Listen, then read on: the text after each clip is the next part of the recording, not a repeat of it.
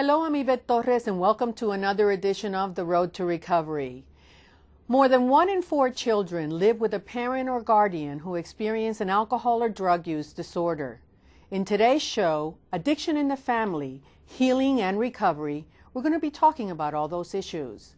Joining us in our panel today are Jerry Moe, National Director of Children's Programs, Betty Ford Center; Sis Wenger, President and Chief Executive Officer, National Association for Children of Alcoholics; Christopher Crosby, President and Chief Executive Officer, the Watershed Addiction Treatment Programs Incorporated; Trina Osher, Director of Policy Research, Federation of Families for Children's Mental Health.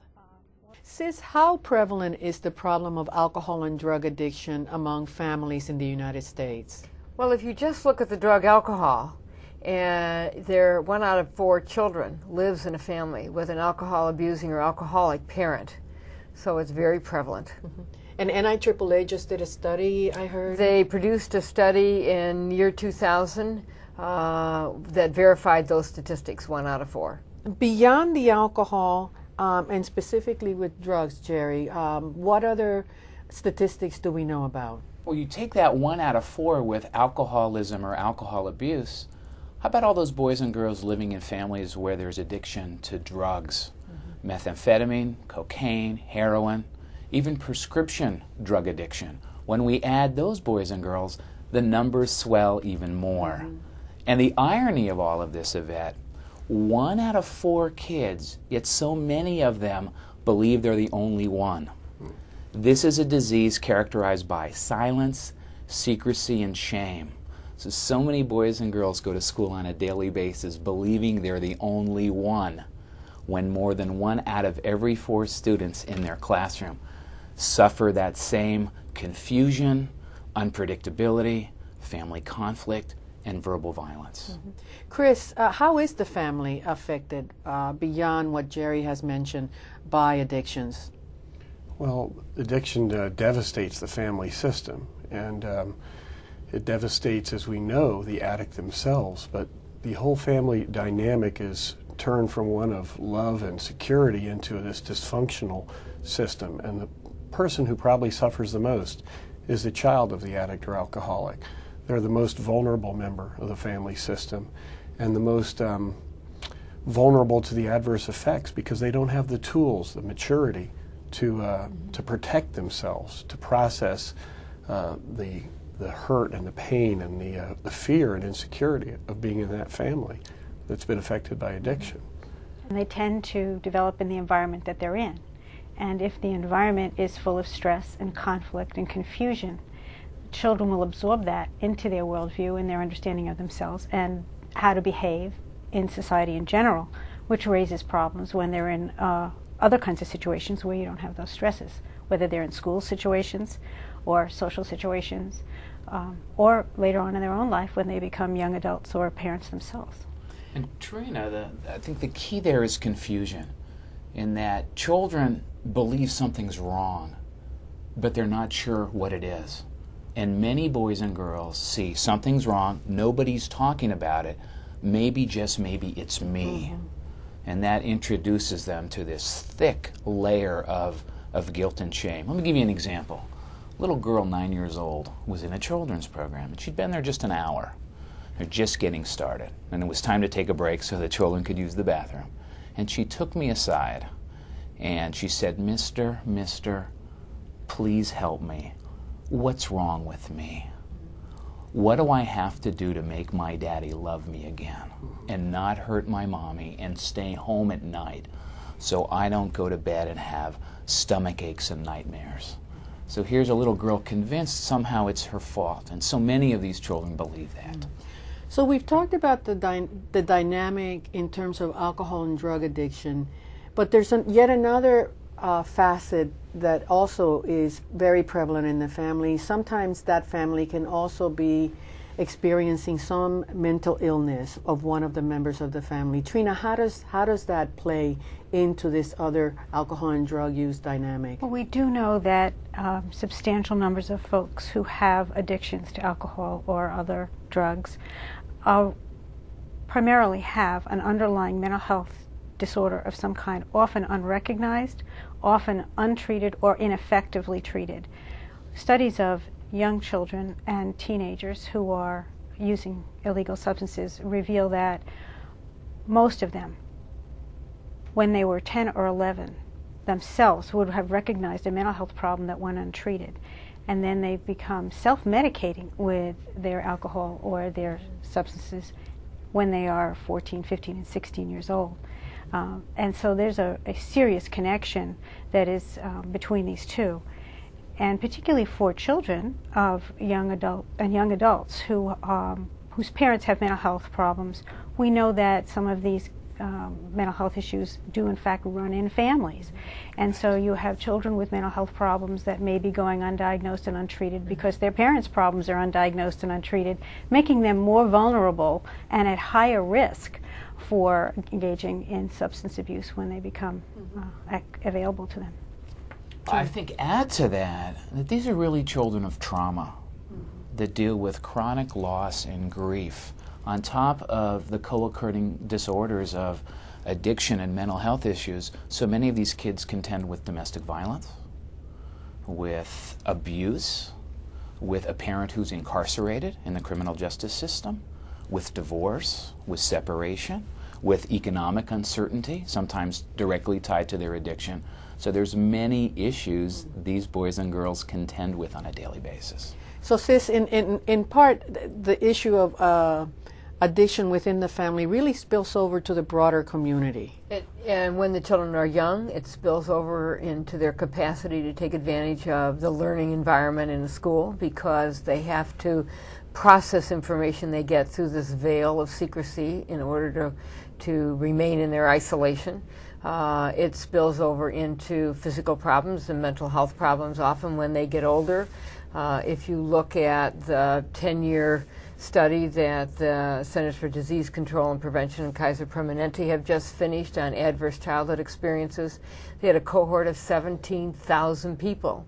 And what they saw was the children who grew up in families with addiction or with addiction and mental illness, and if you added poverty, so it depended upon the number of adverse childhood experiences, how severe the lifetime consequences were. But they were looking at lifetime health consequences of adverse childhood experiences. And what they have found is a tremendous increase in diabetes, in stroke, in heart disease, in arthritis. Interesting, you know, many of the things that are rooted in the immune system, which is often profoundly impacted by chronic emotional stress when children are young.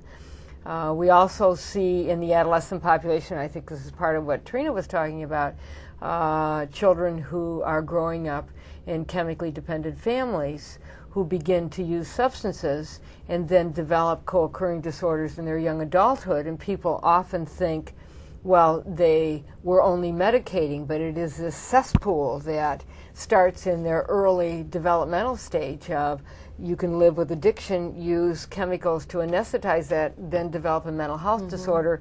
And often people will say, well, it started in their adolescence, but really the environment of development in early childhood creates the potential for both the mental health problems and substance abuse problems and all that means going on through life. So I guess that says you really need to pay attention when they're young.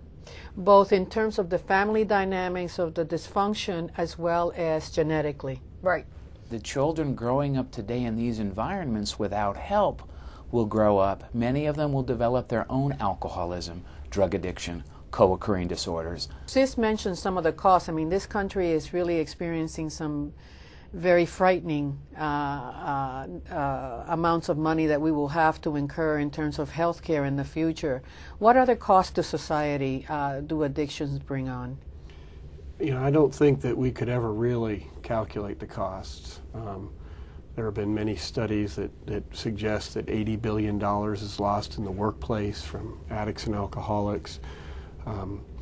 The impact on our public health system of untreated addiction, and then untreated addiction in the family resulting in somatic problems and body problems of the children of alcoholics, the cost of mental health that's untreated and the mental health consequences of these children. But I think what we never capture is the lost potential of generations of children who could have contributed, could have been a positive force in our society, could have lived out a happy life where they were productive and responsible members of society. And then, as Jerry just mentioned, that this is a generational disease that's passed on from generation to generation. Somewhere, if our society really is to flourish, we have to break the cycle. The cost is staggering. When families are not able to function well, for whatever reason, but in this particular case because of addictions, and they're unable to care for their children, then the children become a financial responsibility of the state. They get into foster care systems or they go into residential treatment and so forth. I want to come back to that, but we have to take a break right now. And when we come back, we are going to continue to talk about the costs. And we also need to get into the specific dynamics within a family so that our audience can best understand really what we're talking about in very descriptive ways. We'll be right back.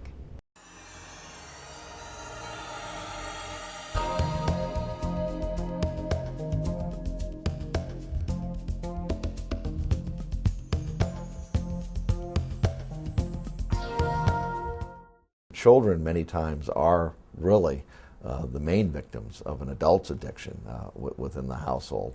And I think many times we don't see that, or we don't focus on that. We think about the individual being addicted, the adverse impact it's having on their health and their life, which it undoubtedly does.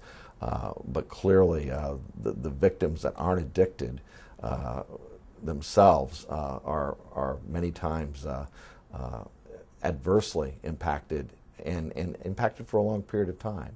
There are a lot of residual emotions, and there are a lot of basic needs that have to be addressed, and so family members are adversely affected by addiction, just as the person who has the problem is adversely affected by addiction. Treat me. Treat me with understanding. Treat me. Treat me with courtesy. Drug and alcohol addiction is an equal opportunity disease. Individuals in recovery come from all walks of life and deserve to be treated with respect and admiration for winning one of the hardest battles there is. Treat me without judgment. Treat me with humanity. Alcohol and drug addiction deserves proper treatment. For drug and alcohol information and treatment referral, call 1-800-662-HELP. I'm a sophomore in college this year. Man, if you had known me when I was a sophomore in high school, nobody could tell me anything. I gave all my teachers a bad time. They all gave up on me, except my English teacher. 8 years teaching high school English, 10 years in recovery for alcohol addiction. To be or not to be? I got help. That's it right there. When you get help, who knows just who you'll help along the way. For drug and alcohol information and treatment referral for you or someone you know, call 1-800-662-HELP.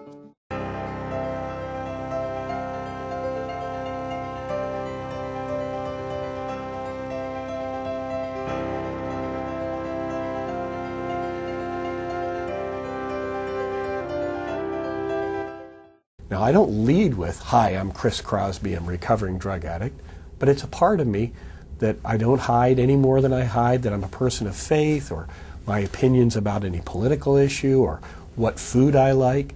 It's another part of me. It's an important part. It's a disease that I've dealt with and that I continue to deal with to keep myself in recovery. The benefits to recovery for the family are enormous. Having been affected by the disease of alcoholism, in my case, it has affected me mentally, emotionally, physically, financially, and spiritually. And so in all of those different aspects of my life, I have seen growth, progress, and a continuation of recovery.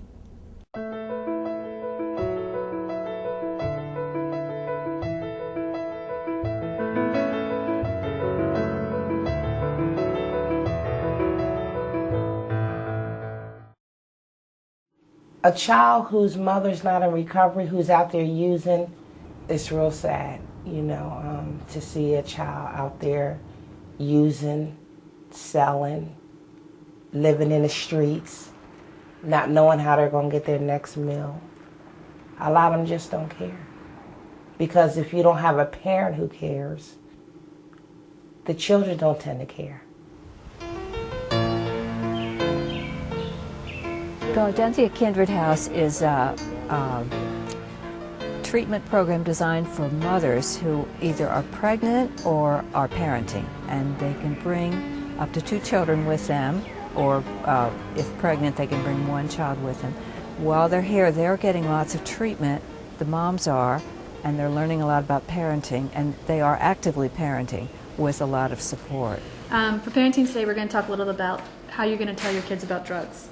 How are you going to do prevention in your home? Tell them what some of the risk factors are. How are you going to let them know how to protect themselves from this?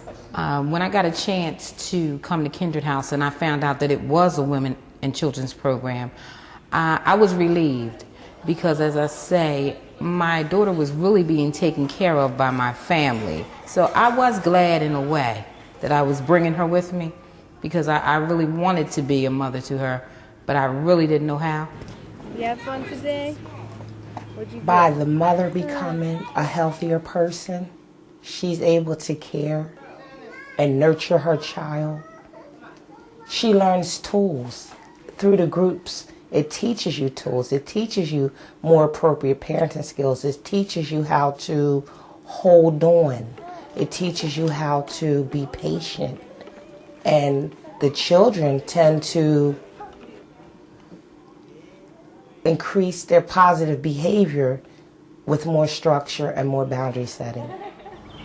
For a child to be in a family where there's addiction is very likely going to lead for the child to repeat that same story. Being here, we hope, is preventing the child from really becoming a substance user at some point, or preventing the child from developing, from the trauma developing into mental illness. Today for Prevention Group, we're going to be talking about Hopeful House. Do you remember reading that story? Well, being here in Kindred House strengthened me in the fact that even though when I was in high school and all my friends may have been doing it, I just felt that it was not something that I wanted to do, because I saw what it could lead to, and I was personally close to what it could lead to, and I didn't want to be a part of that at all, so I didn't even try. To come here is an intervention. Just being here for the whole family is a huge intervention, makes a huge difference, and is an opportunity for a big turning point in that family's life. After I left Kindred, it was more peace. She took every responsibility. She was there for us.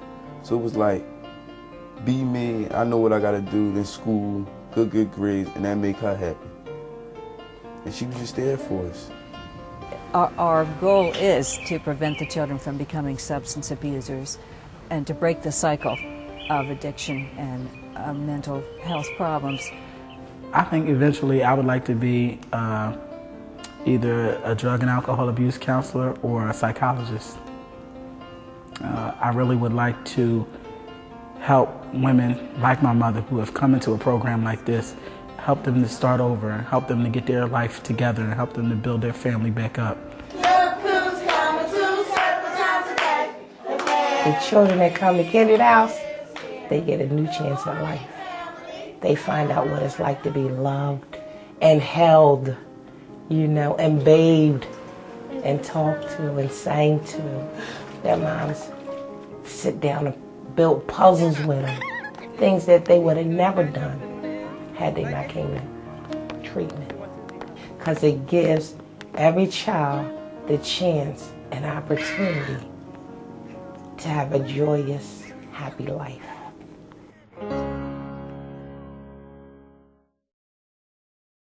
And since we were talking in the last panel about the cost to society, and you were just mentioning some issues related to, there are the kids who really go into the foster care system and use the resources of the local community and the state and the federal system related to foster care and other support systems. But then there's also the middle class and the upper middle class, and how do they suffer? On the surface, they don't look like they're costing society. They tend to suffer in silence. They're the looking good kids who live in addicted families. They have learned how to survive, how to put on a happy face. They are afraid that if they say anything, that they will bring shame or embarrassment to their family, or they might break their family up. And so they're somewhat driven by fear more than anything else. But as a result, they tend to be hidden. They move on through life. They're often the president of the senior class. and they manage to have, according to the world, a successful life, except that in adulthood, they're the ones most likely to have trouble with interpersonal relationships, the most likely to have stress in their families, most likely to get divorced. Let's talk about, Chris, the dynamics within the family. If a parent has an addiction problem, or if a child, let's take the parent first. You came from a family that experienced alcohol and addictions. Tell us a little bit about what you experienced as a child. Well, I grew up in a family of addiction, both parents, mother and father, and I took on the role in our family of the caretaker, which I carried then into adulthood. Kind of what Sissy's talking about. I went on and became a nurse, and it was my role to take care of everybody. What it felt like inside was really desperation, pain, constant failure, because I somehow believed it was my responsibility to make my mother okay, and I couldn't do it. My brother took on more of the role, and there's been many of these traditional roles identified in family treatment of the lost child. He just went away. And what happens in an addicted family is that the children respond in one of many predictable ways. Sometimes they take on two roles. They're all devastated. We identify that child that we think is the one who takes the cost on society, who acts out, the scapegoat, the one who takes on the addiction of the family and becomes an addict themselves. Sometimes the hero role or the caretaker role, they also later in life finally succumb to the family illness, which I did myself. I'm in recovery from my own addiction. So I think that the dynamic is one of this pain being inflicted into the family system and having devastating consequences on each member of it. In a family where addiction is present, especially when it's a parent, everything in the family revolves around the addiction. And often we look upon the alcoholic or the addict as being in control when truly they're out of control by the very nature of the disease. It's the disease that runs the show. And when parents are focused on their disease, in the dance of development, if parental attention is focused elsewhere, there's no partner for the dance. So many of these children dance alone, in the silence and suffering that Sis was speaking to. So many kids believe that they're not loved and they're not cared for, and the dynamic of the family certainly helps to create that. So here's the silent suffering, I'm not good enough. And there's an emptiness inside. Another side to the situation where the adolescent might be the one with the addiction problem. How does that affect the family? And it certainly has a tremendous effect on siblings, and it has a tremendous effect on the dynamics of parenting. It's a parent's role is to take care of your children, to raise them, to help them, to guide them. When you have a child who is in a situation with a serious addiction and probably an underlying mental health problem that wasn't well treated, the dynamics of parenting, good parenting doesn't work. And the struggle to find a way to be a supportive parent, the guilt and anxiety and fear that the parent feels because they have a child that they don't understand and they're unable to guide, are very, very severe and significant, and it spills over to the other children. Will I be like that too? It spills over even into schools. Kids, younger children, tend to inherit the reputation of their older siblings when they get into school situations or even social situations in recreational centers or religious environments in their community. Well, what Jerry was saying to you is the common denominator, if the adolescent is the addict, is that once again the entire focus of the family becomes on this issue. And so siblings aren't paid attention to by their parents. Parents are frustrated because they can't make their child better, and they're continue to want to care for and caretake of their children, which is their role, but then becomes sort of a self-defeating behavior where they enable the addiction. So I think, the common denominator here is here's this disease. The disease must be treated in all of its forms. That the addict must be treated, and then the whole family system, including the children. And add this dynamic. Let's say I'm 15 years old and I get caught at school and I'm intervened on by a student assistance program and I end up in treatment for my alcoholism. in so many of those families go back a generation and there is addiction too. My mom might have it and be in denial. So here I am at 15 in treatment, trying to get better from this disease.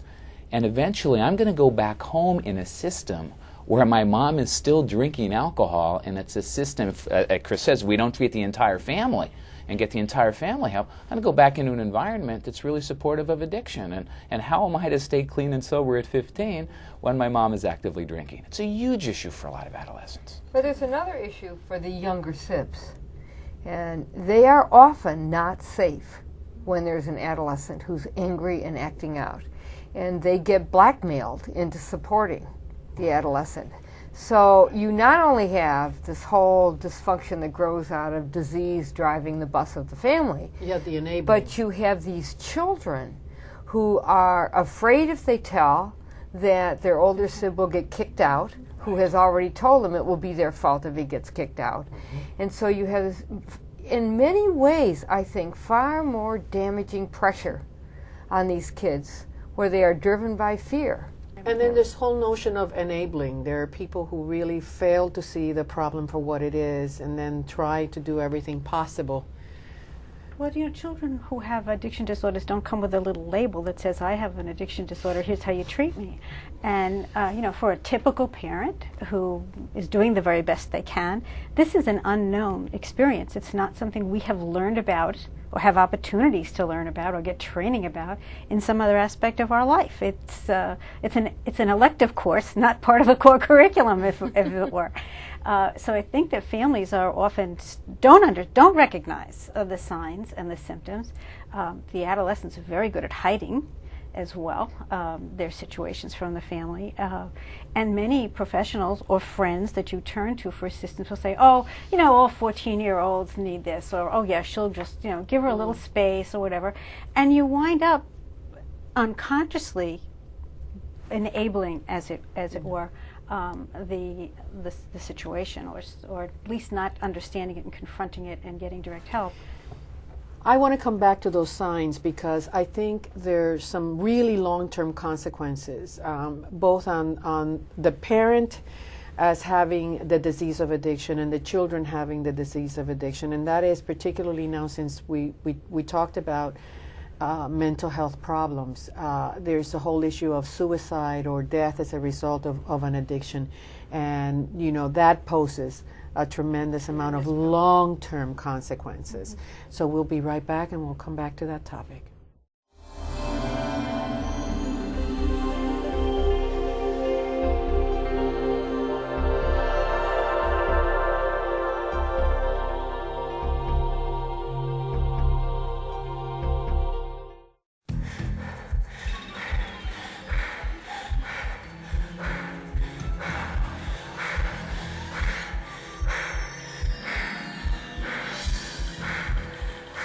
Feeling overwhelmed by current events?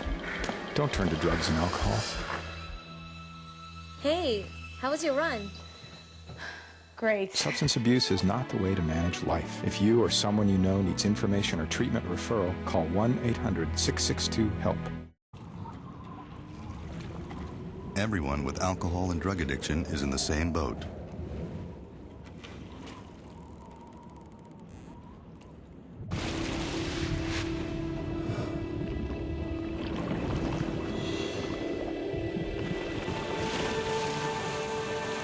With treatment, you can find solid ground. For drug and alcohol information and treatment referral for you or someone you know, call 1-800-662-HELP.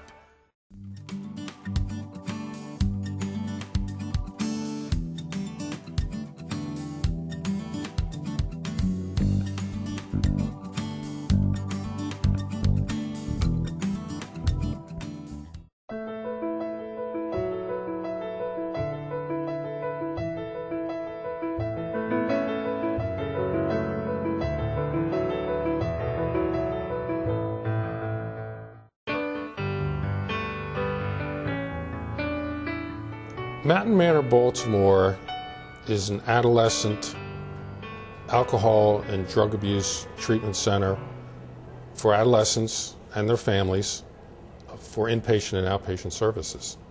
When you're offering treatment services to an adolescent patient, he or she's going to have their own perspective about what kind of problems they have or at the levels that they have problems. So if you just get their perspective, you're not getting the big picture of what's really going on with that patient. Certainly, if they've not had treatment before, there's going to be some significant denial. To be able to get an accurate picture of the patient's life, you really need to ask other sources, particularly family members, what their view is. Well, the benefits for the family to work together as a group can help the family get a better understanding, first of all, what's an addiction, second of all, what treatment will do, and third, the recovery process itself and the benefits of aftercare and where they can go for support. Boredom. Now, boredom is a trigger, but keep in mind, boredom is just a thought. Basically has taught us how to communicate with each other, learning about rules, boundaries, respect, and the illness of substance abuse. The meetings bring out the fact that what we're experiencing isn't uncommon or not the ordinary, because among most of the people that are here, you know, they play the same scenario that we've gone through, you know. So we're not unique in any way. They have their whole life ahead of them. They have everything that they can live for. And if we can help them see that, then I think we've certainly contributed a little bit to somebody having a better life in the future. Let's get back to those dynamics of the family, and let's talk about the issue of how do we recognize when someone in the family has a problem, and what should, you know, either the parent do about it or the child who sees a parent who has a problem. How should they feel and what should they do about it, Sis? You know, today I think that people begin to wonder if maybe there's a problem well into the disease process, because we don't have a level of awareness of the early warning signs. People don't understand that if you have a problem with drinking or a drug at any point, you may have a drinking or a drug problem. That was an exception. It doesn't happen every time. And so it is logical to rationalize that it was just once. From the child's standpoint, they look at a parent who drinks too much and acts out as a parent who thinks that the alcohol or the drugs are more important than they are. So a child looks at it very differently. The child in an addicted family needs to hear messages in other places that they go, in their churches, in their schools. They need to hear messages about what addiction looks like, that children feel badly about it, that children have a right to have adults to talk to and to feel safe with, and that they are accessible through the pastor, through the school counselor, whatever. So the intervention... But is the child going to feel empowered to do that, Sis? I mean, they can hear the problem, but if there's a child watching, you know, what should they know? Is it that it's not their fault, that they can really look to those systems perhaps for help? They need to know that, but they first of all have to have somebody outside the family system helping them to understand what the look of addiction is and how it is controlling things. They need to understand this is a disease so that they can release enough attentional energy to hear the rest of those messages. Otherwise, those messages are hard to get through. Those are messages that all children need to understand, not specifically targeted at children whose parents have, in fact, addictions, or whose children who suspect their parents do. It's got to be a universal understanding, and then children will feel safer in coming forward because they will feel less fear from their peers and their teachers and being judged as somehow rather inadequate or coming from a bad family. I think, too, we make a mistake. We talk about how do we identify these children. I think we have that backwards. How can these children identify us as safe people? Good idea. And we can't wait for children to come to us. We need to go to where kids are. So schools, the faith community, after-school programs, recreation centers like the YMCA and the YWCA. Boy Scouts, Girl Scouts. And if we, in all of those programs, can not only train the professionals in those programs what to look for, but if we could just have a general alcohol and drug education program there, you're right, Trina, this should be for all kids. But to wait for those children to come to us, we need to go to them. We need to educate them about this disease, help them see that they're not alone, that it's not their fault, and also give them a vocabulary so they can begin to talk about what it is they've experienced, as well as some coping strategies, because most of these boys and girls are going to continue to live in homes where there's active addiction to alcohol and other drugs and co-occurring disorders. So, Chris, beyond the children and what they need to realize is the elephant in the room. Once the family does recognize that there is the disease of addiction that is prevalent in their family, who should be the one to speak out, or how does the family then begin to sort out what needs to happen? Well, just to jump on the back of what Jerry just said, once the child understands that this isn't normal, they're confused, they know that there's something wrong with mom or dad. They may really not know that this is abnormal behavior. That's a child's world. Whatever a child lives in, they perceive as normal. Now, whether it's the child or the parent finding out that this is not normal for my 15-year-old to come home drunk, which is a myth that exists as long as they're not smoking marijuana or doing cocaine, but to come home drunk might be okay. When we educate the family member that they see addiction or signs of addiction, then it's anybody and everybody's job to speak up and say, there's a problem here, we need to do something about it, let's get help, let's get some form of treatment for this disease, and the earlier the better. And the earlier the disease is recognized, the earlier treatment can commence and the better outcomes there will be. It's everybody's job. So the neighbor needs to say something to the child, but the neighbor needs to say something to the non-addicted parent. I saw, boy, that scared me. It must be hard for you to live with that. Now, the answer may be one of denial. It doesn't make any difference. The intervention has happened. The people in school need to say something. The people in the faith communities, you know, people who get arrested for drunk driving on first offense should have a comprehensive assessment for addiction. We should not wait to the fourth offense. And when you have a comprehensive assessment, the family needs to be brought in. That's probably one of the most cost-effective things courts could do, and yet the laws are not written that way. They're written in, well, if you did this bad thing now and it's not so bad, next time we'll do a little bit worse. And so it is everybody's job in a civilized society, I believe, it is everybody's responsibility to intervene when there's pain and confusion and to offer some kind of support. I agree with that strongly, and particularly schools where we may see the signs, or where children themselves may be found with illegal substances on their person or in their backpacks and so forth. The reaction tends to be on the part of the school systems to not offer treatment and support, but to be punitive. And the more punitive we get, the more underground the behavior goes, and the less likely we are to encourage children to come forward and identify this problem or this anxiety and seek treatment. So we absolutely need to turn around our punitive approach to drugs and alcohol. You know, 25 years ago, that was learned. And out of that grew student assistance programs, which began to sweep across this country. And then actually policy decisions undercut the funding for student assistance. And so we have more children with mental health problems being identified later, more children with alcohol and drug problems being identified later, instead of fewer like we used to have. We have zero tolerance policies instead. Yes. Well, let's get back to where the problem may spring up. We haven't talked about the workplace, Jerry. Why don't we talk about what are some of the approaches that colleagues in a workplace can take with someone that may be experiencing a problem?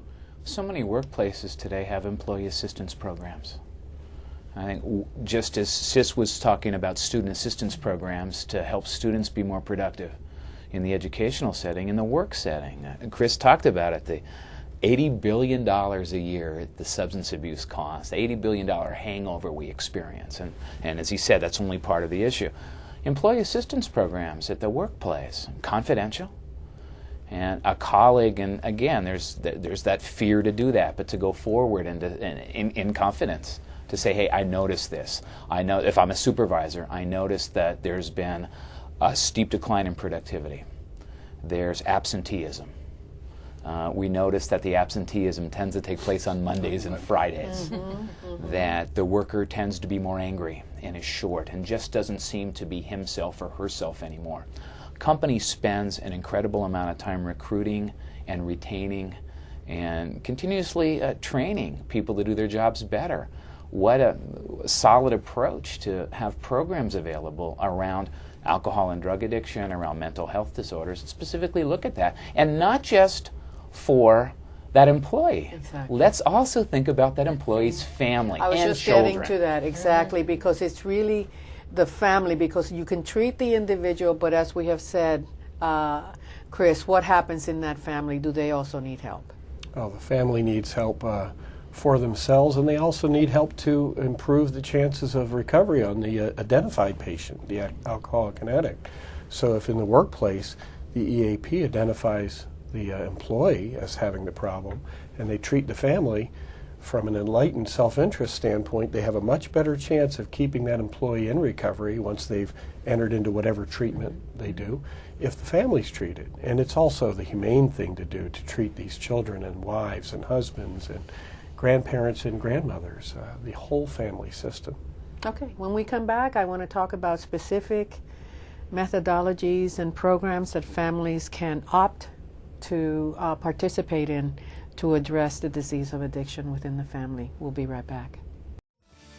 For more information on National Alcohol and Drug Addiction Recovery Month, events in your town, and how you can get involved, visit the Recovery Month website at recoverymonth.gov.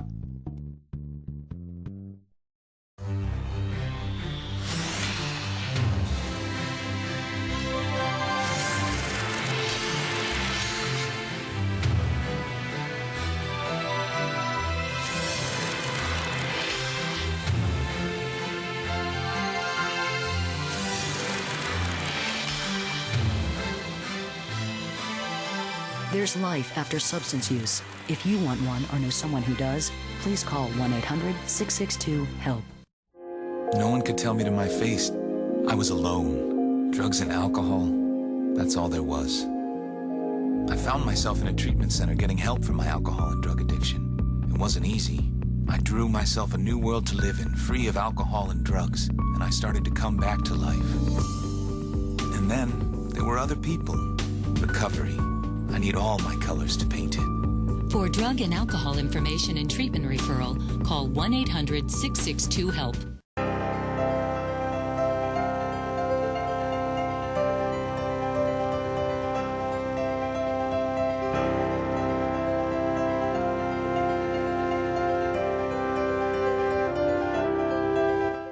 The power of recovery from addictions for the family really relates to me personally improving my own patterns of behavior, having an outlet for the fear, the anxiety, the confusion, and the denial in particular that I felt before joining and participating in a program of recovery for myself. There's nothing that I can do to change somebody else, but there's a whole lot I can do to change myself and have a better life. And that's where the hope came from, was in a recovery program. Jerry, the families recognize there's a problem. There's that aha moment that we've talked about, whether the child recognizes it or the non-suffering parent recognizes it. How does one approach the individual with a problem? What is an intervention? What types of interventions are there? Well, let me begin by just going back and saying that we need to treat the entire family. And often in the treatment field, kids are left for last. And maybe they should be first in terms of preventing this disease from going from generation to generation. Research is real clear about how children are impacted by addiction in the family, and we look at how does that different. And the research is really clear. Science tells us that when the non-addicted parent seeks help, whether it be through Al-Anon, a minister, whether it be in a formal program, that person can act as a buffer, can help the child make sense of what's going on in the family system, not take responsibility for what's happening, can explain things to the child, give the child and the adolescent a vocabulary, and maintain regular rituals and rites of passage within the family system. So there's many different kinds of intervention that can take place. Unfortunately, I think too many families get stuck in, well, she doesn't want to go to treatment, so there's nothing we can do right now, instead of saying, wait a minute, we'll try an intervention process. And if that person decides they don't want treatment at this point, even when it's the adolescent and it's the parents doing intervention, the family needs to go forward into their own recovery and hope that, the alcoholic or addict will join them along the way. Chris, what is an intervention in terms of specific steps that are taken to bring that person that needs the treatment into the realization that they have a major problem? Well, classic intervention really, if you boil it all down, is confronting the alcoholic or addict with the problem, breaking through their denial, confronting them with their problem, and then telling them that their family system or work system, criminal justice system, health system recommends and demands treatment for that disease. So interventions occur. Sometimes we don't call them interventions. An intervention might be your primary care physician saying to you, this high blood pressure I've been treating you for the last 2 years, I think the underlying problem is alcoholism. You need to get some help.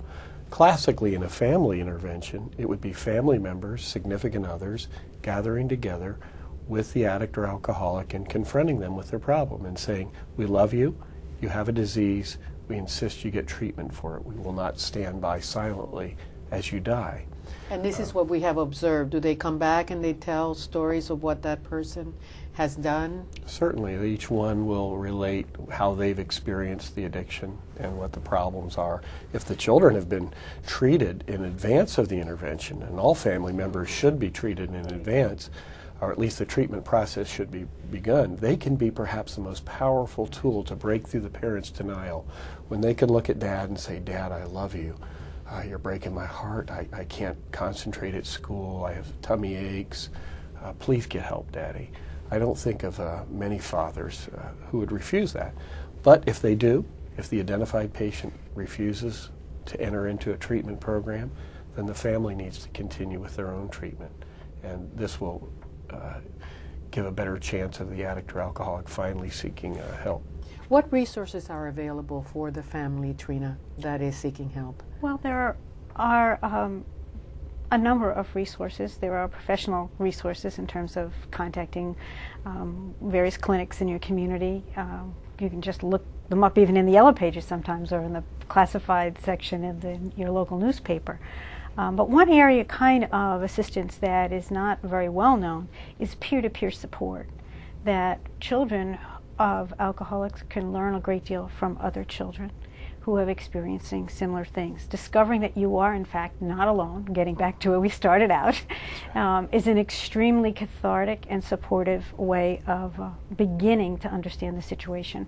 That not necessarily clinical intervention, but it's an extremely important support that can help you if you're a child or a spouse, whether you're a parent of a child who's involved in the situation as well, discovering that, in fact, someone else has been through this, they have survived, their children have survived. This can be an extremely encouraging, and it gives you hope that there is, in fact, recovery from this situation. So there are the systems that are publicly funded that people can seek help. I know we have a 1-800-662-HELP. People can call that. But if people have insurance, then, Jerry, they have other options? Right, and just as we talk about assessing a person with alcoholism or other drug addiction, maybe co-occurring disorders, and come up with a treatment plan, a recovery plan that best suits them. One size doesn't fit all for the family either. So often it's a combination of services, peer-to-peer groups, maybe some individual therapy or some family therapy.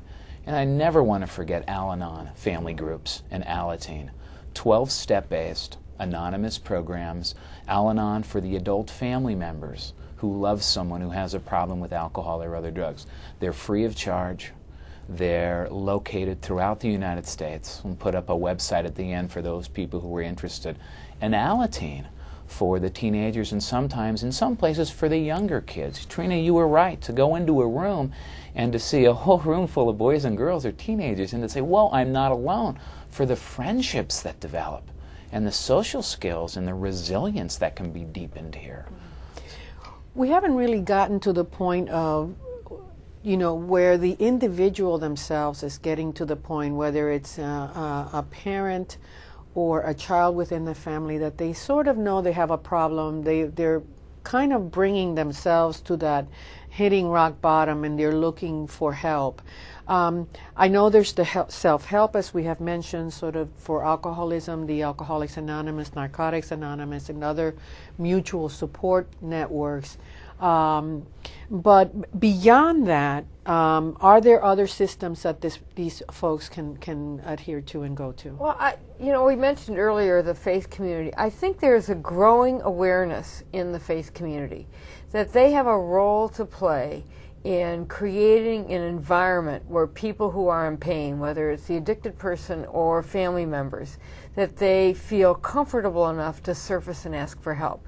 And there are a variety of strategies that faith communities can use without trying to turn themselves into counseling programs, which is not appropriate for them, but to help raise awareness that will help encourage hurting congregants to step up. And they also are increasingly providing recovery support once a person does go to treatment and gets help. And so that whole system, I think, is going to continue to grow. It's a very appropriate role, because in the faith community, their role is to develop the spiritual life of their congregants, and there's no spiritual life when there's addiction, because addiction blocks that out. And also the schools. The schools have slipped away a good bit, but you can feel this growing awareness that we made a mistake and we need to find a way to come back and provide support for these kids. Also, the issue of co-occurring disorders.